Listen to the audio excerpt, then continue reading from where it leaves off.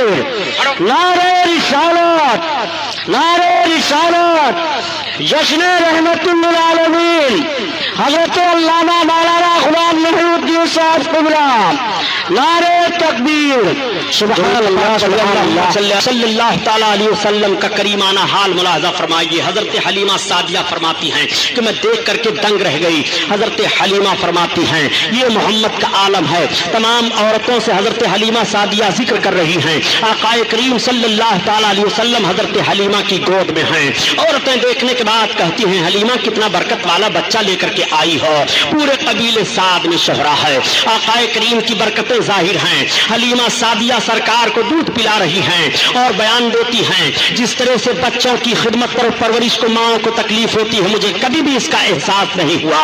میرے آقا صلی اللہ تعالیٰ علیہ وسلم دودھ پینا جب چھوڑ دیتے ہیں تو حضرت حلیمہ سعدیہ سرکار کو لے کر کے آپ کی ماں کے پاس آ گئی اور پھر اجازت لیتی ہیں، کہتی ہیں بہن آمنہ خاتون ان کو ہمارے پاس چند برس اور رہنے دو۔ چنانچہ حضرت آمنہ خاتون سے اجازت لے کر کے سرکار کو پھر لے کر کے چلی جا رہی ہیں۔ اب میرے آقا حضرت حلیمہ رضی اللہ تعالیٰ عنہ کے گھر ہیں، سرکار جسمانی حالت پر ایسے ماحول میں پہنچ گئے کہ میرے سرکار زمین پر تشریف فرما ہو کر کے چل رہے ہیں، مگر قدم میں کوئی لڑکھڑاہٹ نہیں ہے، کوئی لغزش نہیں ہے، کوئی لرزہ نہیں ہے۔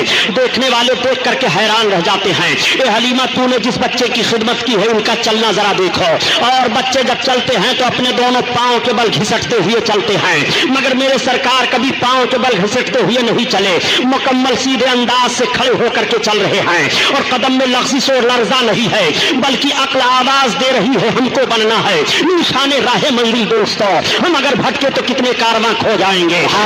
کریم صلی اللہ علیہ وسلم اس طرح سے چل رہے ہیں، دیکھنے کے بعد لوگ اشاش کر رہے ہیں اور تعجب کر رہے ہیں اور سارے بچوں کی چال دیکھ رہے ہیں، مگر میرے آقا کی رفتار عجیب ہے، مثال نہیں ہے، میرے سرکار کے چلنے کا کوئی جواب نہیں ہے۔ تمام قبیلہ کے مرد اور عورتیں دیکھ کر کے سب حیران رہ جاتے ہیں، حلیمہ ذرا ان کا چلنا دیکھو، واقعی بہت برکت والا بچہ لے کر کے آئی ہو حلیمہ، آج تک اس رفتار سے ہم لوگوں نے بچوں کو چلتے ہوئے نہیں دیکھا، میرے سرکار اچھے انداز سے چل رہے ہیں۔ ایک مرتبہ میرے آقا صلی اللہ تعالیٰ علیہ وسلم نے حضرت حلیمہ سعدیہ سے ارشاد فرمایا امی یہ تو بتاؤ کہ عبداللہ کہاں جایا کرتے ہیں؟ حضرت حلیمہ کے لڑکے عبداللہ تھے، تب تک حلیمہ نے عرض کیا بیٹا تمہارے بھائی عبداللہ جنگل میں بکریوں کو لے کر کے چرانے کے لیے جایا کرتے ہیں۔ آقا نے ارشاد فرمایا امی کل سے میں بھی جانا چاہتا ہوں۔ حلیمہ عرض کرتی ہے بیٹا میں تمہیں حکم تو نہیں دے سکتی، مگر جانا چاہتے ہو تو تمہارے لیے کوئی روک نہیں ہے۔ جب شام کو حضرت عبداللہ حضرت حلیمہ کے لڑکے آئے گھر تو حضرت حلیمہ نے بیان دیا بیٹا کل جب تم بکریوں کو لے کر کے جانا تو اپنے حجازی بھائی محمد کو بھی لیتے جانا ساتھ میں۔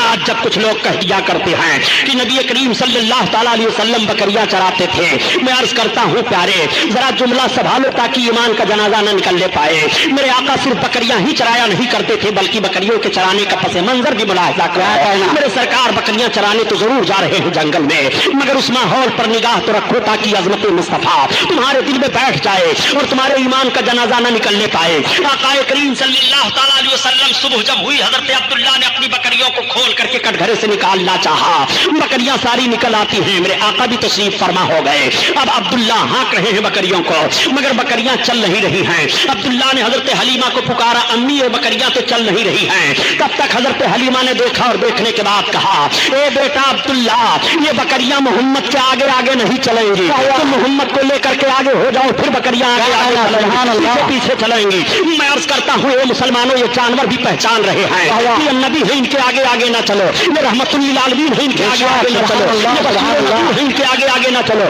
امام الانبیاء ہیں ان کے آگے آگے نہ چلو۔ جانور تو نبی کو پہچان رہے ہیں کہ ان کے آگے آگے نہ چلو۔